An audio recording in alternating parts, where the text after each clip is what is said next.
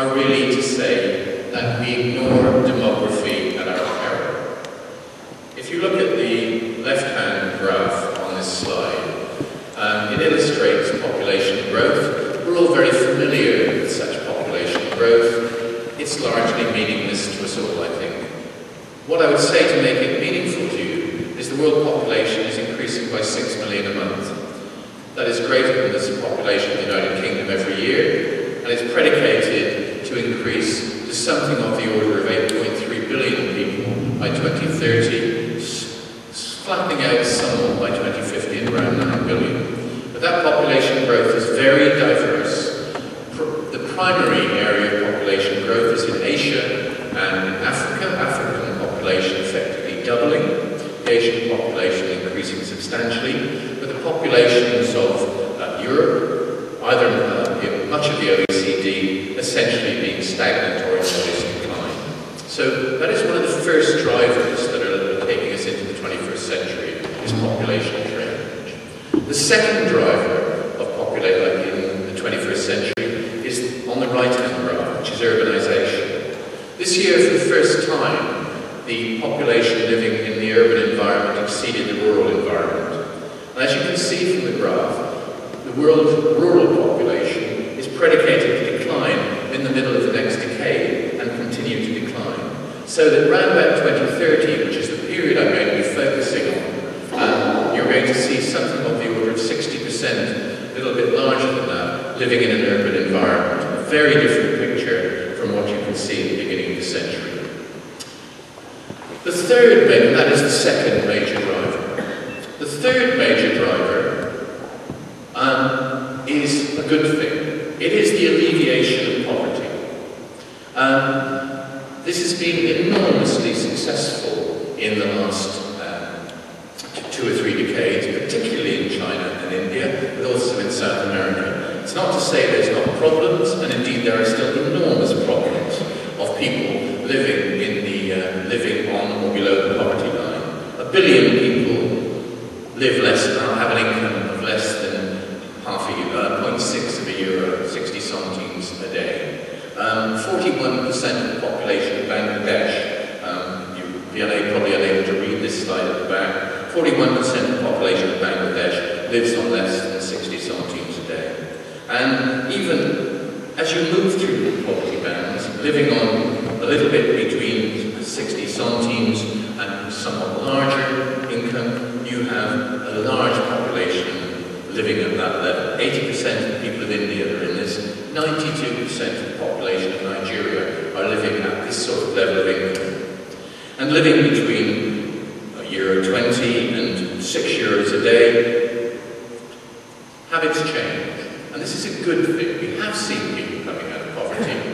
We're seeing people coming out of poverty in South Asia in particular, but also in South America. And that's going to be good. Now, not to say we can ignore for a moment the approximately 1.5 billion people who still suffer from malnutrition, what Paul Collier, the Oxford economist, has called the bottom billion. We cannot ignore them, and the Millennium Goals of the international community are set to erode that poverty, and probably so.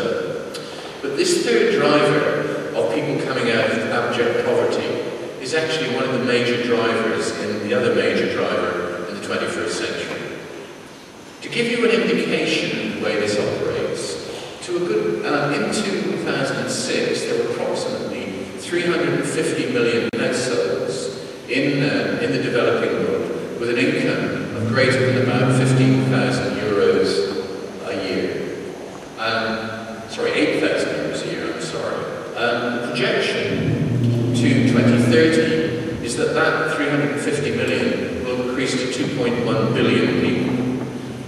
A 600% increase in what you might call the purchasing power of the middle classes, or the lower middle classes, depends on but of people coming out of abject poverty.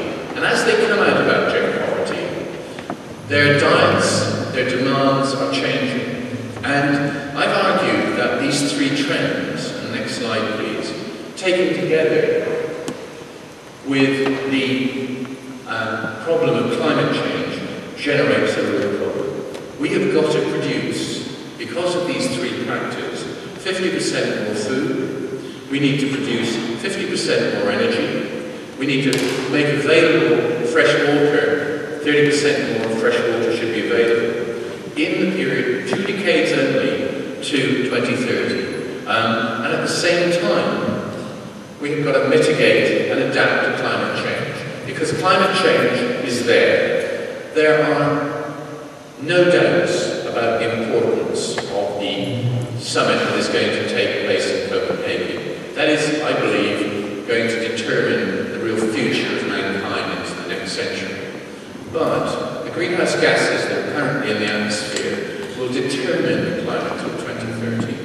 Whatever happens in Copenhagen, climate change is here and is going to stay. So these are the three major drivers that we need to be thinking of. Now I'd like to expand a little bit on that in later. Next slide, please. Let's focus on water. This slide shows, again, I hope you can see it back, but it shows the position in terms of water scarcity and stress in 1995, and the scarcity and stress as predicted for 2020. One area I just single out, because this has been of particular interest, is California. Let's take it out of the developing world. Quite clearly, major problems in North Africa, Southern Africa, and in Asia generally in terms of water scarcity and stress. Just focus on California. President Obama appointed Stephen Chu, a Nobel laureate in physics, to be head of his Department of Energy when he took office earlier on this year. Chu said this. He said that with climate change and the problem of water scarcity, it is highly likely that California, which currently produces half of all the agricultural products in the US, will not be able to produce agricultural products. That's Stephen Chu, Nobel laureate, head of the Department of Energy in Obama's cabinet, not some environmental NGO over-exaggerating trends. This is a thing to be taken enormously seriously. Water, we need to have something of the order of 30% increase by 2030. But also, as this population, increasing, burgeoning population, and increasingly prosperous population goes on, demands for energy go up as well. And the increase in demand for energy, last year was the first time that the demand for energy from the non-OECD countries exceeded that of the OECD. Looking at this graph, you can see that the demand from the OECD is essentially flat, but that there is a burgeoning increase in demand, fed by population increase, fed by increasing prosperity and increased urbanization, which means that the developing world, and China and India in particular, that their demand for energy is set to increase something of the order of 50% by 2030. And we cannot forget climate change. That increase in energy demand needs to be met by low carbon energy, not the subject of my speech today, but clearly on the agenda. But the subject of my speech today, which I'm focusing on now, take you through, I truly believe needs to be taken in the context of all these other demands on us.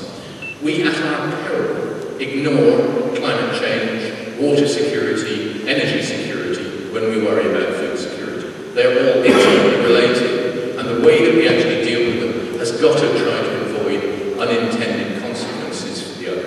Attempts to solve the problem, for example, of low carbon energy by growing a massive expansion of biofuels has an effect